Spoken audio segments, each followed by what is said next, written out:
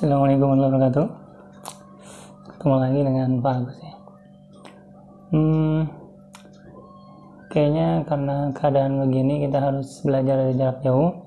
Maka dari itu Bapak siapin video-video yang mudah-mudahan bantu kalian buat belajar ya di rumah ya.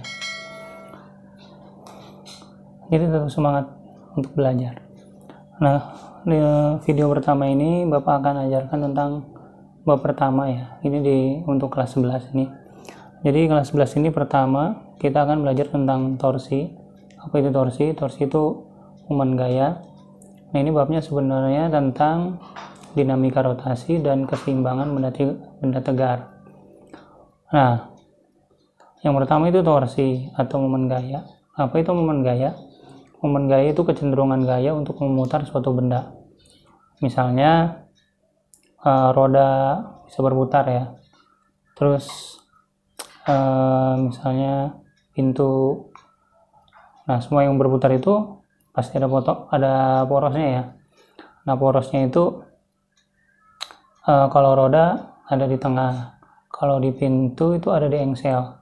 Bisa nggak sih di benda yang lain? Bisa aja. Contohnya misalnya spidol. Spidol ini kalau misalnya kita bisa kita buat dia berputar, yang penting kita kasih porosnya. Dengan megang seperti ini Bapak udah ngasih dia poros. Kok bisa? Iya, jadi pas Bapak pegang ini di bagian yang sebelah sini tidak bergerak ya. Jadi kalau Bapak dorong, nah dia muter kan. Nah, tinggal kasih gaya aja. Jadi intinya kalau untuk terjadinya torsi itu pertama harus ada gaya ya. Nah, terus juga sebenarnya harus ada poros ya. Kenapa harus ada poros? Supaya nanti memberi jarak antara gaya dengan porosnya. Nanti di sini jarak dari gaya ke poros ini kita sebut dengan L. Jadi L itu lengan gaya, jarak dari poros ke gaya, kayak gitu ya. Ada yang nyebut juga R, jadi bermacam-macam di buku, ada yang R, ada yang L. Jadi seperti itu. Jadi di bab 1 ini kita ngomongin tentang dinamika rotasi ya.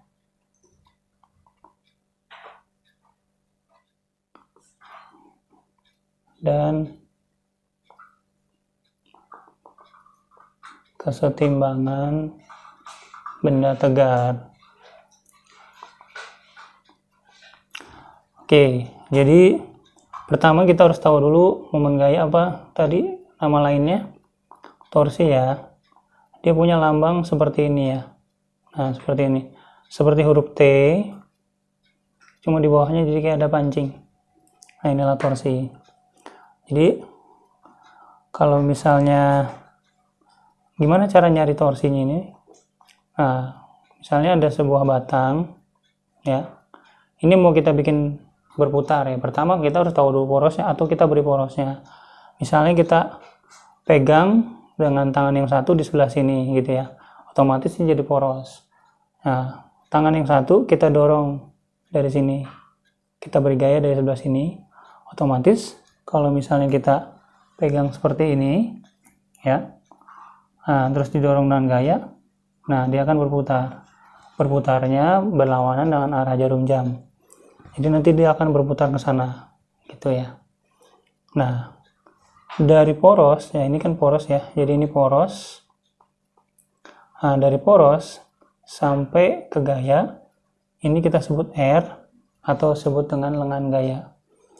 Nah, untuk mencari tahu besarnya torsi, itu tinggal kita kalikan F-nya dikali dengan R-nya. Nah, sebenarnya dua-duanya ini adalah ini hubungannya tentang perkalian vektor ya, perkalian cross product. Kalau kamu udah belajar di kelas 10, insya Allah tahu ya. Jadi dua-duanya ini harus ada di dua sumbu yang berbeda ya, kayak gitu ya. Jadi ini harus saling tegak lurus kayak gini. Jadi ini harus tegak lurus. Ini syarat pertamanya ya. Nanti kita kembangin lagi Pak, kalau misalnya nggak tegak lurus gimana? Jadi seperti ini. Nah, tapi kalau udah tegak lurus sebenarnya tinggal kali biasa juga bisa gitu ya. Nah, seperti ini juga bisa. Nah, misalnya kita beri gaya di sini 20 Newton. Jaraknya di sini adalah 2 meter. Nah, ini tinggal kita kali. 20 Newton dikali 2 meter. Jadi berapa 20 kali 2? 40. Satuannya Newton sama meter. Jadi Newton meter. Seperti itu. Ini paling gampangnya ya. Ini paling gampangnya. Jadi kita bertahap belajarnya. Jangan langsung ke yang susah ya. Selanjutnya apa? Nah, gini ya. Jadi untuk mempermudah, Bapak kasih aturan ya. Jadi kalau misalnya dia bergerak searah jarum jam, kita kasih torsinya positif. Kalau berlawanan dengan arah jarum jam, kita kasih torsinya negatif. Jadi ini untuk tahu bahwa dia berputar searah jarum jam atau berlawanan. Nah, seperti di sini, ini berlawanan ya. Berarti ini torsinya kita kasih nilai negatif. Jadi nilai negatif dari mana? Karena dia berlawanan arah. Kalau searah dengan jarum jam, kita kasih positif. Ada guru yang ngajarin yang positif itu yang berlawanan, dan yang negatif itu yang searah jarum jam. Itu boleh-boleh aja ya. Cuma contohnya gini, kalau kamu nganggap ini searah jarum jam berlawanan, searah kan? Tapi kalau menurut Bapak ini berlawanan. Jadi bisa jadi karena sudut pandang yang berbeda. Nah, cuma ini untuk mempermudah aja, Bapak bikin supaya gampang kalau searah jarum jam itu positif, kalau berlawanan negatif gitu. Nah, selanjutnya gimana Pak? Yang selanjutnya kalau dia ternyata tidak tegak lurus Pak, gimana kalau tidak tegak lurus? Misalnya miring seperti ini ya, dengan sudut misalnya 30 derajat. Ini adalah F. Misalnya kita kasih angka 10 Newton. Dari sini ke sini kita kasih misalnya 3 meter. Nah, gimana cara ngerjainnya? Sebenarnya intinya tadi kan dia harus tegak lurus ya. Nah, ini supaya tegak lurus berarti kita butuh gaya yang di sini nih. Nah, kalau kamu belajar vektor ya, seperti ini. Nah, seperti ini sudut ya. Ini misalnya adalah berarti ini miring ya, bagian miring ya. Kalau ini kalau nggak salah trigonometri ya. Jadi ini miring, ini samping sudut, ini adalah depan gitu ya. Nah, kita mau bikin supaya dia pindah gitu ya, supaya dia tegak lurus. Nah, tapi ini sudutnya ada sebelah sini loh. Jadi bukan, ini tetanya bukan 30 derajat ya. Jadi dia ini tetanya ada sebelah sini nih. Oke, kita ubah aja dulu ya misalnya biar nggak bingung. Jadi 30 derajat di sini. Jadi tetanya dia di sini. Nah, karena dia, kalau kita luruskan ini, kamu SMP pernah belajar kalau dalam berseberangan itu sama, berarti tetanya pindah ke sebelah sini.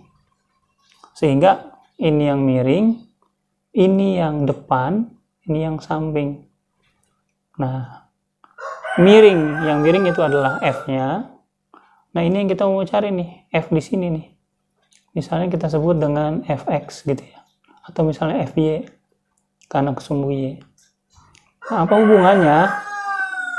Nah, miring dengan depan itu sin ya. Jadi sin itu, sin theta itu perbandingan antara sisi bagian depan dengan miringnya. Sehingga kalau kita masukin, depannya itu adalah Fy, terus miringnya adalah si F itu sendiri. Jadi kalau kita tanya Fy itu berarti adalah F-nya pindah ke sini. Jadi F sin theta. Nah, jadi si Fy inilah yang kita butuhkan, bukan F ini. Jadi yang tegak lurus lah yang kita ambil. Ini R-nya tetap gitu ya. Jadi untuk mencari torsi ini adalah Fy-nya yang udah tegak lurus dikali dengan R-nya. Sedangkan Fy-nya sendiri adalah F sin theta dikali dengan R. Sin theta gitu ya, dikali dengan R. Nah, kalau udah seperti ini boleh di sintetanya belakangin juga boleh kayak gini. Nah, kalau di buku ada yang langsung seperti itu ya. Tapi kamu harus tahu bahwa untuk mencari torsi, gayanya itu harus tegak lurus dengan garis lengan gaya gitu ya. Jadi harus tegak lurus dengan garis lengan gaya. Kalau sudah, maka dapat. Nah, kalau kita masukkan gimana nih? Ya, kalau kita masukkan berarti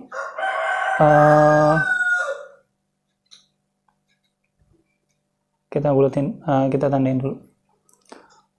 Kita kerjakan, kita masukin F-nya berapa? 10 ya. R-nya 3. Sin tetanya sin 30 derajat. Masih ingat sin 30 derajat berapa? Ya, setengah ya. Nah, setengah gini. Nah, kalau Bapak sih biasanya lebih seneng kalau misalnya ada pembagian dulu. Kayak misalnya 10, ini dibagi 2 berapa sih? 5. Nah, 5 kali 3 berapa? 15. Satuannya Newton meter, seperti itu. Ini yang paling mudah dulu, 2. Mudah-mudahan kamu bisa dulu. Nah, seperti itu. Ada pertanyaan mungkin bisa nanti lagi.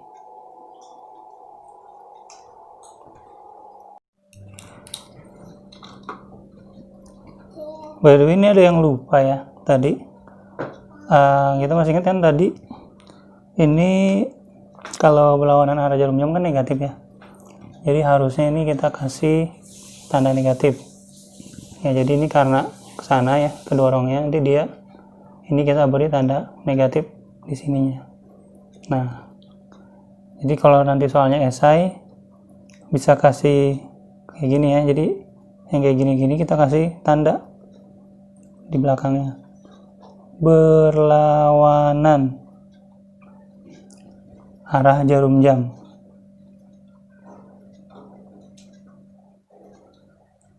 Sama ini juga.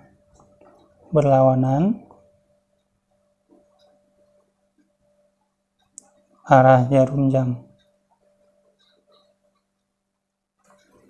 Jadi nanti kalau udah di akhir, itu terutama kalau soalnya esai, udah selesai dapat torsinya negatif, kita kasih tanda berlawanan arah jarum jam. Nah, kalau misalnya positif gimana Pak? Jadi kita kasih kata-kata di sini searah jarum jam atau searah arah jarum jam juga boleh. Seperti itu.